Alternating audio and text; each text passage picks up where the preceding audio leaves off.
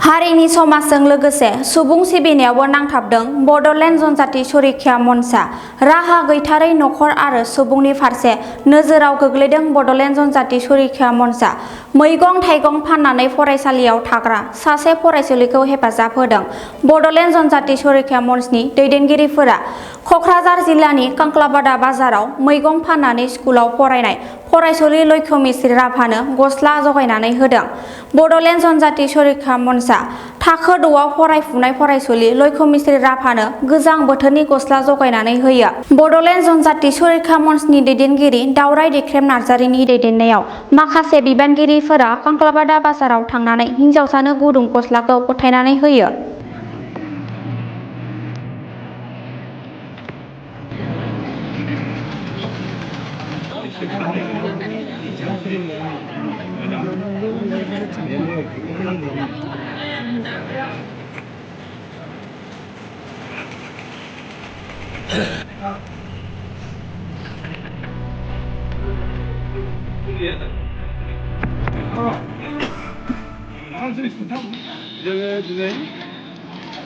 जोङो कांक्लाबादा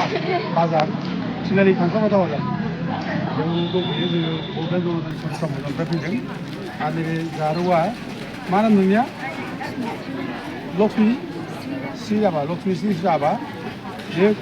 गौरां हाई स्कुलाव क्लास 6आव फरायो। ओमफ्राय बियो बिदिनो बिनि मैगंनि बे मैगङा बिनिजों केमेराखौ नाय बिनि मैगंखौ बियो दा बिसोरो न'आवनो मावो बेखौ न'आवनो नैबे बिफा बिनि मा नाम बिफा राजकुमार राभा दा बिसोरो न'आवनो मावो। दा बिमायाबो दं बिमाया खामानि मावदों माबायाव लामा सिबनायाव माने मावगासिनो खामानि दा जोबोद खस्थ' खालामदों। बाजाराव फैबाय थायो आं बेखौ बाजाराव जों नुबाय थायो बाजाराव फैबाय थायो बाजाराव मैगं लाबोबाय थायो बिदिनो आरो स्कुलावबो थाङो गौरां स्कुलाव क्लास 6आव फरायो। दा गोजां बोथोर बिराद दाखालिनिफ्राय एथ' गोजांनाय बे समाव नैबे जि गाननानै दं आरोखि नैबे जिया बिनि ड्रेसा सेन्देला बे दा न'आवबो ड्रेसाबो नोंगोना दं स्कुलनि दख'ना दं दा दा बिदि गोजांनाय समाव बे दङ। दा बे जोङो बेयाव दिनै बेखौ एसे सहाय हायोब्ला मोजां गोरिब गथ'फोरनाव गांसेबाबो गस्ला दोननो हायोब्ला मोजां होनना जों बेखौ सावरायदों। दा जोंनि बेयाव दङ बड'लेण्ड जनजाति सुरक्षा मन्चनि जेरै एक्जिकिउटिभ मेम्बार दा धर्मेश्वर माने धनेश्वर ब्रह्म क'क्राझारिनि दा फिसाला बेना फोरदान ब्रह्म IAS अफिसार दा IAS अफिसार बिफा धनेश्वर ब्रह्मआ जनजाति सुरक्षा मन्चनि एक्जिकिउटिभ मेम्बार। ओमफ्राय नै जोंहा दङ जाहैबाय वीरेन्द्र कुमार बसुमतारी डाइटनि रिटायार्ड प्रिन्सिपाल क'क्राझारनि दा बिथाङा नुनो फैयो। ओमफ्राय नैबे जोंहा दङ जाहैबाय उनाव कफि बसुमतारी बियो इन्डास्ट्रिनि अफिसार बे जनजाति सुरक्षा मन्चआव जों दंखायो। बे माने जोंजों लोगो लाफाबाय थायो गोदोनिफ्रायनो दंखायो जोंहा लोगो देरसिन मावब्ला बे समाव बे जोंजों बे बड'फा अफिसार दंमोन बाउण्डारि वाल बानायनाय गासैबो खामानि दङ। आरो बिनि बिब'आ फैसालिया गसाइगाव क'क्राझारनिफ्राय सरि बिजनिनिफ्राय क'क्राझारसिम साइकेल सालायना फैयोमोन आबो खालामनाय समाव बे कफि माने बसुमतारी बे ओमफ्राय दुर्गेश्वर ब्रह्म क'क्राझारिनि दाबो जोंनिनो ओमफ्राय जोंहा नैबे नरेन बसुमतारी बे जोंना माने रिटायार्ड माने भेटेनारिनिफ्राय रिटायार जाबाय बे आरोखि फिल्ड एसिस्टेन्टमोन दा बे ओमफ्राय नैबे जानै सासे जाहैबाय समर ब्रह्म बे जेइलार बेबो रिटायार जाबाय जेइलारमोन बे लोगो गोदो एबसुनिफ्राय जों मावबाय थानाय ओमफ्राय बेखौनो माने बसुमतारी बे जोंनि बड'लेण्ड जनजाति सुरक्षा मन्चनि ट्रेजारार जों बोरैबा जों जाथियाव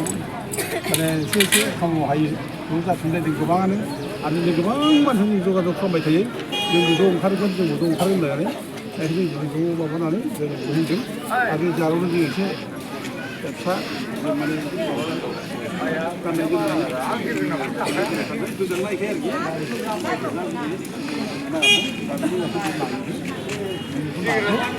ओमफ्राय लेखा मोजां फरायनांगौ दे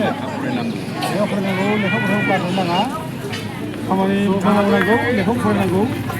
दा जों मिथिगौ बे भारत संबिजिता दिनै जोङो आर्टिकेल 21A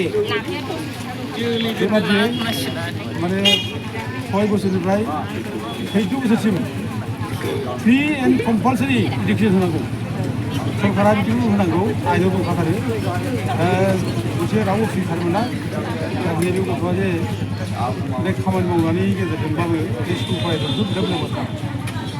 दा बेखायनो जों बेखौ हायोबा न'खराव फरायहोनांगौ आरो स्कुला फार्स्टआव थानांगौ बेखौ मावबाय थादों ओमफ्राय स्कुलाव थादों खिन्थु माने बेखौ मावनायखाय स्कुल माने फरायनाङाबो जानो नाङा आरोखि बे नङा स्कुलखौ बुंथारनांगौ मावनांगौ आरो जों फरायबाय थागोन जों नायगोन बे मोजां पास जानांगौथ' जाबाय मेट्रिकखौ मोजां पास जानांगौ नोंनि एडमिसननि थाखाय जों मोजांखौ आरो लेखा मावनायाव जों लाजिला मावनांगौ जोङो माने खामानि मावाब्लानो गिदिंनाय थाखायसो लाजिनांगौ दा आं बेजों लोगोसे मोनसे खावलायनो लुबैदों दा जोंनि मानसिफ्रा दिनै एखेबारे माने पार्टि खालामनायनि नामाव बे पार्टि खालामनायखाय बबेयावबा बेरायनो एखेबारे ज' बेरायनो थांनाय लाख लाख फैसा खरस खालामनाय बेखौ जों बन्द' खालामनांगौ बेखौनो जों बन्द' खालामनांगौ आरो बे पिकनिक जानाय ओमफ्राय ज' फैसा नागार इएम हरनाव सिटआव फैसा नागार फैसा जि बे पिकनिक जानाय फैसा अनादर माने गारनाय बेखौ जों दिनै बन्द' खालामनांगौ जों हायोब्ला जों बिदिनो गोरिब मानसिखौ नायै जोङो बिदिनो होनांगौ जों बेखौ लुबैयो मानो अनादर फैसा गारजाबाय फैलाय पिकनिक जानानै बेराय मानो फैसा गारनाय नों पार्टि कर्मि जादोंबा जे बेराय साननांगौ मा खालामदों बेराय नों पार्टि कर्मि जादों मानो जादों फालाय पार्टिनि थाखाय खामानि मानो थाखाय मावो पार्टिया जाहाथे मोजां मावो समाजखौ जौगानायनि खामानि मावो जाहाथे आइ आफा जाम्बा जाम्बिनि गोरिबफोरखौ मोजां मावो बेनि थाखाय दा पार्टिखौ सापर्ट खालामो पार्टिखौ मावो खिन्थु पार्टिनि मावदों होननानै जे एखेबारे बबेबा गवायाव बेराय मोनथारनांगौ बबेबा माद्रास दिल्ली माद्रास मुम्बाइ बाहेरायाव बेराय मोनथारनांगौ बेखौ खोथा नङा बबेबा पिकनिक जानो फैसा मोनथारनांगौ बेथ' खोथा नङा दा ओंखायनो जों खावलायो जाहाथे जोंनि माने पार्टि खालामग्राफ्राबो माने ससियेलिस्टिक भिउआ जाहाथे जोंनाव थायो एक्टिभिटिस थायो बेखौ बयबो जोङो खावलायो आरो लोगोसे बे फैसा बिनाय आरनायखौ जोङो बादा होनाया बेल' नङा जों बे फैसा बिनायखौ जों बादा होदों ओरैनो नांगोना फैसा नागिरनो थांलाबायनाय खामानि गैया दामानि गैया फैसा बिदिनो थांनाय बिदिनो बन्द' जानांगौ बे